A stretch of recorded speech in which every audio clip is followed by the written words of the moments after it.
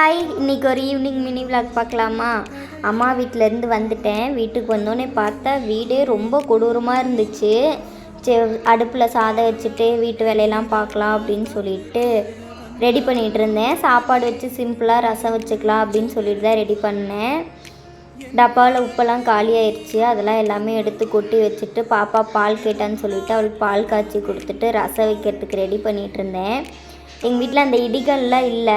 சரி மிக்சியில் போட நானே நாண்டத்தனப்பட்டுக்கிட்டு பூண்டை இந்த மாதிரி கவரில் வச்சு இடித்து இந்த மாதிரி தான் செய்வேன். நான் ரசம் எப்படி செய்கிறேன்னு சொல்லி பாருங்கள். இது எங்கள் பக்கத்து வீட்டு அக்கா சொல்லி கொடுத்தாங்க. வேறு லெவல் டேஸ்ட்டாக இருக்கும். எனக்கே ரசம் ரொம்ப பிடிச்சிது. என்ன பண்ணணும்னா எப்பயும் போல் தான் எண்ணெய் ஊற்றி கடுகு போட்டு பூண்டு இடித்து போட்டுட்டு சீரகத்தூள் போட்டுட்டு கொஞ்சம் நேரம் அதை இது மாதிரி கிண்டி விட்டிங்க அப்படின்னா கொஞ்சம் வாசனை போகும். அதுக்கப்புறம் வரமிளகா போட்டு அதுக்கு நல்லா வணங்க விட்டுட்டு தக்காளியை கரைச்சி வச்சுருக்கேன் நான் கையிலையே. அதை போட்டுட்டு அது நல்லா கொதி வரும். அந்த தக்காளி அது வந்ததுக்கப்புறம் புளி கரைச்சி ஊற்றிட்டு மஞ்சள்தூள் போட்டு உப்பு போட்டு அவ்வளோதான்.